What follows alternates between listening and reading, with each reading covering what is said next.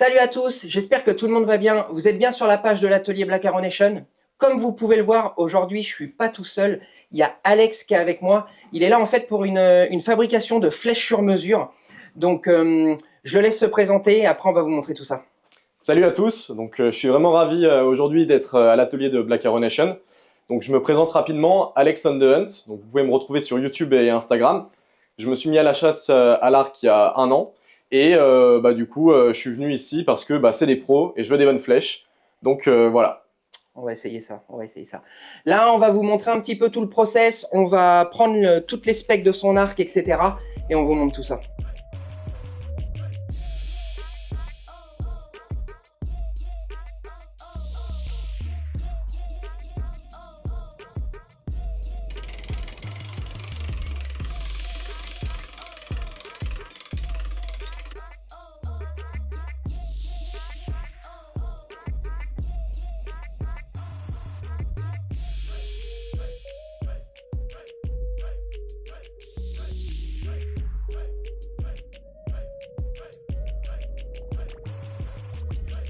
Alors bouge pas le doigt sur le décocheur. Ouais.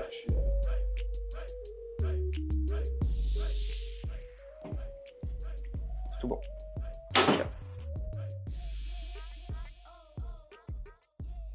Alors là en fait ce qu'on a fait, on a pris toutes les specs en fait de l'arc d'Alex, donc on a vraiment pris sa puissance réelle, l'étoffe réelle, etc., etc. On a aussi pesé les flèches, ces flèches de base, etc., qui nous a vraiment permis de savoir déjà si ces flèches à l'origine étaient adaptées ou pas. Là maintenant qu'on a pris tout ça, ça va être à lui vraiment de choisir en fait ce qu'il recherche comme tube. Son objectif c'est vraiment de chasser le grand gibier. Alors, la première flèche que je vais te présenter, c'est les Skylon Edge en 6,2 mm. Clairement, c'est vraiment les flèches, qui vont être en termes de prix les moins chères, quoi. Là, on est sur des tubes qui sont entre 4 et 5 euros en moyenne, quoi. D'accord? Donc, on est sur de la flèche carbone. C'est de la flèche que nous, on monte beaucoup pour le petit gibier ou alors du nuisible, tu vois. Vu que tu as tendance à les perdre, tu chasses le ragondin, tu connais. Pour le coup, c'est vrai que c'est des flèches qu'on a tendance plutôt à monter pour le petit gibier. Flèche très légère, phoque pas très important. Okay, donc tu vois, ça donne ça. Okay. En termes de rapport qualité-prix, franchement, ça va bien. Je te dis, on est à 5 euros le tube. Voilà. Okay. Durée de vie, c'est assez solide. Encore une fois, c'est sûr que ça vaut pas un tube un peu plus haut de gamme à 15 euros le tube forcément, mais comme on dit, ça fait le café pour les nuisibles, etc., quoi. Ouais, comme tu l'as dit, moi plutôt je cherche le grand gibier en chasse, donc c'est vrai que je pense que c'est pas la meilleure utilisation que je pourrais avoir. Donc, j'en étais sûr. Qu'est-ce que tu me proposes d'autre? Ce que j'ai d'autre, c'est ça c'est de la Easton FMJ, donc Full Metal Jacket. Alors là, on est vraiment sur une flèche bien particulière parce qu'en fait, on est sur une flèche alu carbone, c'est-à-dire qu'on a vraiment un cœur en carbone et on a une gaine en aluminium par-dessus. L'avantage que ça va avoir, c'est qu'en fait, Easton, ils ont vraiment essayé de combiner les avantages et de l'aluminium et du carbone. C'est-à-dire qu'on a une flèche qui va être plus légère qu'une flèche totalement en alu, parce qu'on a une âme en carbone. On est sur une flèche qui, par contre, en termes de pénétration, vu qu'on est sur une gaine en aluminium, c'est très lisse, donc on a une pénétration qui va être plus efficace que sur un tube uniquement en carbone, d'accord ? Ensuite, en termes de, on va dire, durée de vie en cas de, voilà, j'ai tapé un peu sur quelque chose, etc. C'est pareil, on va pas être sur le cassant d'une flèche en carbone et en même temps, on va pas être sur un tube qui va se plier comme sur un tube en aluminium. Donc, c'est vrai qu'on se retrouve vraiment, en fait, sur un bon mix entre les deux. Ok. Et donc, tu me dis qu'il n'y a pas trop de risque que ça se plie vu qu'il y a de l'alu autour? Non, parce qu'en fait, la gaine en aluminium, elle est vraiment extrêmement fine. Donc, ça permet vraiment juste de maintenir le carbone et d'augmenter en fait la pénétration parce que c'est beaucoup plus lisse. Ok. Voilà. Okay. Par contre, à savoir que à flèche égale, donc exactement adaptée pour ton arc, tu vas avoir une flèche qui va être plus lourde. Parce que le tube en lui-même a ce qu'on appelle un GPI, donc un grain par inch, donc un grain par pouce, qui va être plus lourd que par exemple une Skylon ou une Axis. Donc une flèche plus lourde, d'accord, et souvent un phoque moins important par exemple qu'une Axis. Ok. Et donc voilà. Tu peux me présenter la dernière flèche? L'Axis, c'est ça. Ouais. Clairement, moi c'est un peu mon tube préféré. Là, en fait, on est sur un tube 100% carbone 4 mm, d'accord? L'avantage de ce tube-là, c'est qu'il est très fin, donc en termes de pouvoir de pénétration, c'est tout à fait logique, hein. C'est plus facile de faire pénétrer quelque chose de petit que justement un gros tube, d'accord? En termes de prise au vent, c'est pareil, on va avoir une prise au vent qui va être vraiment beaucoup plus faible, bien que nous, en conditions de chasse, on tire pas à très longue distance, mais par exemple, pour les gens qui ont décidé de chasser en montagne, où il y a des gros flux de vent différents et des flux d'air, là, ça peut aider un peu. Et après, le gros avantage, c'est que sur cette flèche-là, au lieu de venir mettre un insert qui pèse à peu près entre 16 et 20 grains, on a ce qu'on appelle un outsert qui lui pèse 50 grains. C'est-à-dire qu'on va ajouter l'outsert en plus de la pointe ou de la lame. Donc le fait de venir mettre beaucoup de poids à l'avant, ça va vraiment permettre d'avoir ce qu'on appelle le FOC. Le FOC, c'est l'emplacement du point d'équilibre, donc ça se calcule en pourcentage. Là, on va avoir une flèche qui va être vraiment avec le poids tout à l'avant. Donc on va avoir un FOC qui va être là, je sais pas si tu décides de prendre des axis, mais à mon avis on aura un FOC dans les 15%. Donc on a vraiment un FOC qui est optimal. Donc là, à l'arrivée en gibier, ça tabasse très fort. Ok. Voilà. Bah du coup, de ce que tu me dis, ça me plaît plutôt bien ce diamètre qui est plus fin. Parce que là, je suis à 6,2 mm de base. Donc là, 4 mm, bah, ça a l'air top. Ça va te changer, ouais. Donc ça va me changer. Donc je pense que je vais partir sur ça. On part là-dessus. Ok, super. Allez, c'est parti. On va vous faire tout le montage. Alors pour le coup, je t'ai sorti toutes les couleurs de AE Max qu'on a là dispo à l'atelier et aussi les vrables. Donc après tu me dis ce qu'il te dit quoi. Ok, bah moi ce qui me tentait plutôt bien, déjà il y a plein de couleurs, ça c'est cool. C'est plutôt les couleurs flashy comme ça. Ok. Parce que ça dérange pas pour le grand gibier. Non, clairement ça dérange pas pour le grand gibier, il voit pas les couleurs comme nous, donc y a pas de souci, ouais, aucun problème. Ok, et par contre tu me disais tout à l'heure, hors caméra, un truc par rapport aux plumes coques. Ouais, en fait, nous on a tendance à pas monter la plume coque en fait d'une couleur différente parce que en termes de vol de flèche, à partir du moment où tu fais ta décoche, si tu as une plume coque d'une couleur différente, quand tu vas regarder le vol de ta flèche, des fois ça crée une distraction visuelle et pour le coup ça peut gêner un peu ou alors te faire penser que ta flèche ne vole pas bien. Donc c'est pour ça que nous on monte très régulièrement les 3 vannes de la même couleur. Et à savoir que pour l'encochage, sur les flèches, les encoches en fait possèdent des petits ergots ici qui permettent, même si on a en fait les 3 vannes de la même couleur, d'être sûr de bien positionner en fait sa flèche sur sa corde. Voilà. Ok, bah je pense clairement réussir à bien l'encocher, donc je pense que je vais prendre 3 plumes comme ça avec le wrap rose. Bah c'est parti. Comme ça se voit bien. Super. Et bah c'est cool.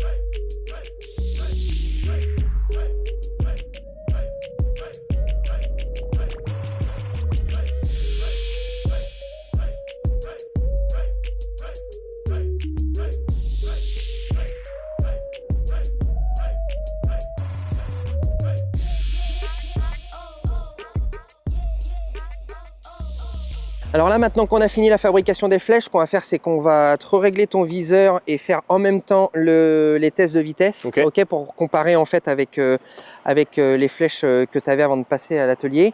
Et voilà, là le but en fait, voilà, c'est vraiment que tu essayes de me tirer dans le blanc du démorel et puis regarde ça. Ok, allez c'est parti. Prends bien ton temps, n'hésite pas. Ok, cool, nickel. Ouais, tu vois, tu sors à 256,2. Ouais.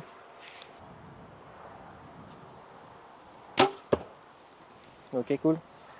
C'est bien. Juste essaye de plus tirer au même endroit parce que là, tu es un peu dans un mouchoir. Ouais. Je voudrais pas que t'en pètes une. Ça serait bête, ouais. Essaie de tirer, tu peux tirer le patch en haut. Ouais. Pour le coup. Ça marche. Non, ce serait con, ce serait bête quand même. Elles Le sont set toutes tout neuf, Elles sont toutes neuves, ouais, c'est clair. une petite Robin Hood là direct, ça serait un peu con. Ça prouverait que les flèches sont bonnes, tu vois, il n'y a pas de problème. Et que tu tires bien, mais on va éviter quand même. Ouais, j'ai pas envie de prouver, c'est bon. Cool. Vas-y, on en refait quelques-unes pour voir. Allez, c'est parti. Ok, cool, nickel. Bon, en tout cas, t'avais raison pour les numéros, vu qu'ils sont sur les flèches. Ouais, on peut voir. Moi, ça le fait bien. Hein. C'est pas dérangeant pour la plume coque. Non, puis t'as vu, en vol, on n'a vraiment pas cette distraction visuelle là qui des fois te dérange un peu et te dit putain, j'ai l'impression que ça a un peu. Ça a un peu volé bizarre. Là, au moins, si vraiment ça vole bizarre, c'est vraiment que ça vole, bizarre. C'est pas l'effet de couleur de la plume coque. Ouais. C'est pour ça que nous on fait ça, hein, clairement. J'en fais une dernière? Ouais, vas-y, fais-en une dernière. Puis après, on va passer à 30 mètres.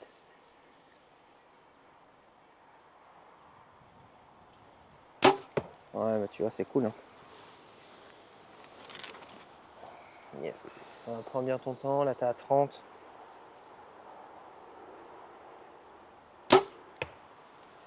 Ok. T'étais un peu basse celle-là. Je sais pas si c'est toi ou. Je pense que même à 20 mètres, j'étais un peu bas. T'étais un peu bas. Ok, on va refaire le réglage.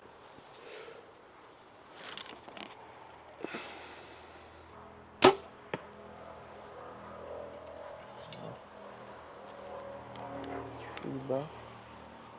J'ai visé celle à gauche. Hein. Ouais. C'est à la gauche, ouais.